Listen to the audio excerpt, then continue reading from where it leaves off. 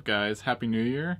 Hope you're all doing well and had a good 2018. I know it's been quite a while. I had quite a busy last 3 months, but I'm looking forward to getting back on track and releasing my top 15 movies of the year. Just because I wasn't posting as often doesn't mean I wasn't watching many movies, because I was still doing that, if not more so. And again, just like the previous year, this will feature my best genre awards for each movie as well. Alright, without further ado, let's kick it off with number 15. Best anime goes to The Night is Short, Walk On Girl. This was hands down my favorite anime film of the year. While I really enjoyed Mirai from director Mamoru Hosoda, as well as Mary and the Witch's Flower, I've really come to enjoy the films from Masaki Yuasa. The animation was so different, everything was super fast paced and fun, very memorable and enjoyable. I can't wait to see it and buy it on Blu-ray when it comes out this month. At number 14 for Best Thriller, Upgrade. This is one of those films that went way under the radar. I don't personally know anyone who's seen it yet this is one that really deserves more attention. The action, camera work, plot, and overall pacing was fantastic, and the payoff is definitely worth seeing to the end to discuss with your friends. At number 13 for Best Mystery,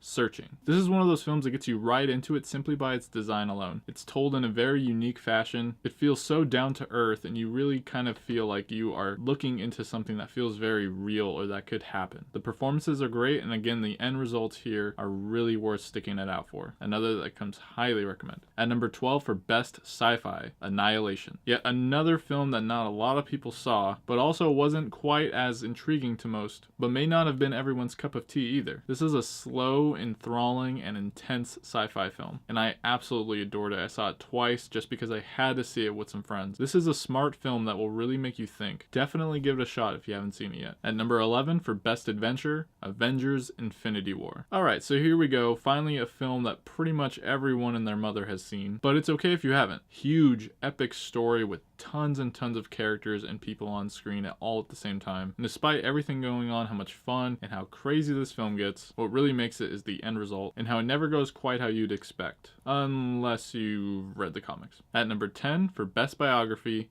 BlacKkKlansman. I've enjoyed many of Spike Lee's films in the past, and seeing Denzel's son, John David Washington, simply kill it in this role was really a sight to behold, especially given the premise. While this film is mostly a drama, there is some comedy, but I have to give it to the way this film closes, which for some may have been too much, but for myself it really hammered the message home and stayed with me for a long time. At number 9 for Best Horror, Hereditary. This was probably my highest anticipated film of 2018. While the experience seeing it in the theater could have been a bit better had some people taken everything a bit more seriously, and no one had fallen asleep and started snoring. This is everything I want in a horror film. Toni Collette was fantastic. Everyone else in this film was really good as well, but she definitely deserves an Oscar nomination. At number 8 for Best Fantasy, Isle of Dogs. Now this genre has many different meanings and connotations, but Isle of Dogs is a film that I feel fits perfectly in it. Here we have a world where dogs, well, for one, can talk, and it's obviously set in a more futuristic alternate universe than our own. Either way, I had a blast with this film. There were some great references to things I really enjoy, and it's definitely a fun time that I can't wait to check out again. At number 7 for Best Romance,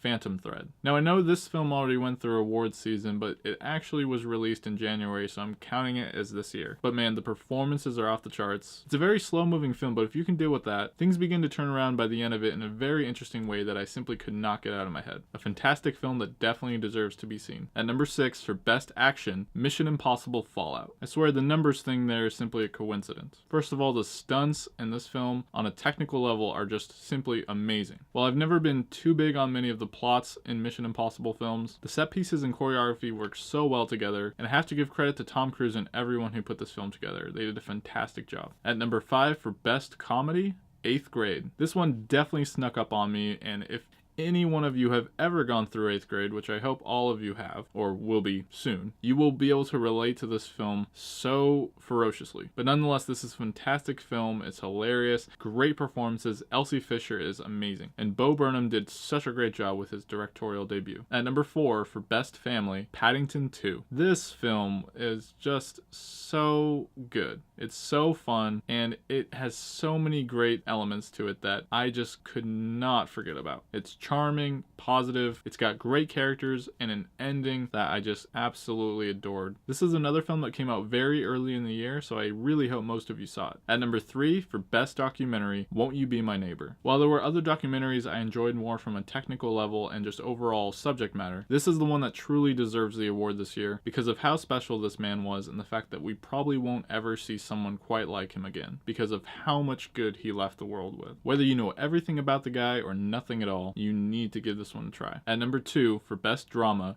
Call Me By Your Name. Yet another film I had to put on this list simply due to the timing of when it came out. This film hit me on such a huge emotional level. The story really pulls you in and makes you feel like you're a part of all of these scenes, especially when they're out in nature. You feel like you're right there. The overall message at the end hits so well, so hard, and the final moments will really get you as we see a certain character act through the credits. At number 1, for Best Animation, Spider-Man Into the Spider-Verse. The animation is so unique and awesome, I can't help but have little images of it in the back of my mind. It gets me excited to see it again, just picturing all these little parts. The overall package was just so great, and the film itself was so much fun. I have to say the experience of it and who I saw it with made it that much better, as there were things that only myself and these people really could understand and appreciate. Simply put, if there's one movie you need to see from 2018, this is it. And there you have it, guys. That's my top 15 movies of 2018, which are, of course, Dyligent picks. So I watched a total of at least 55 movies from 2018 this year.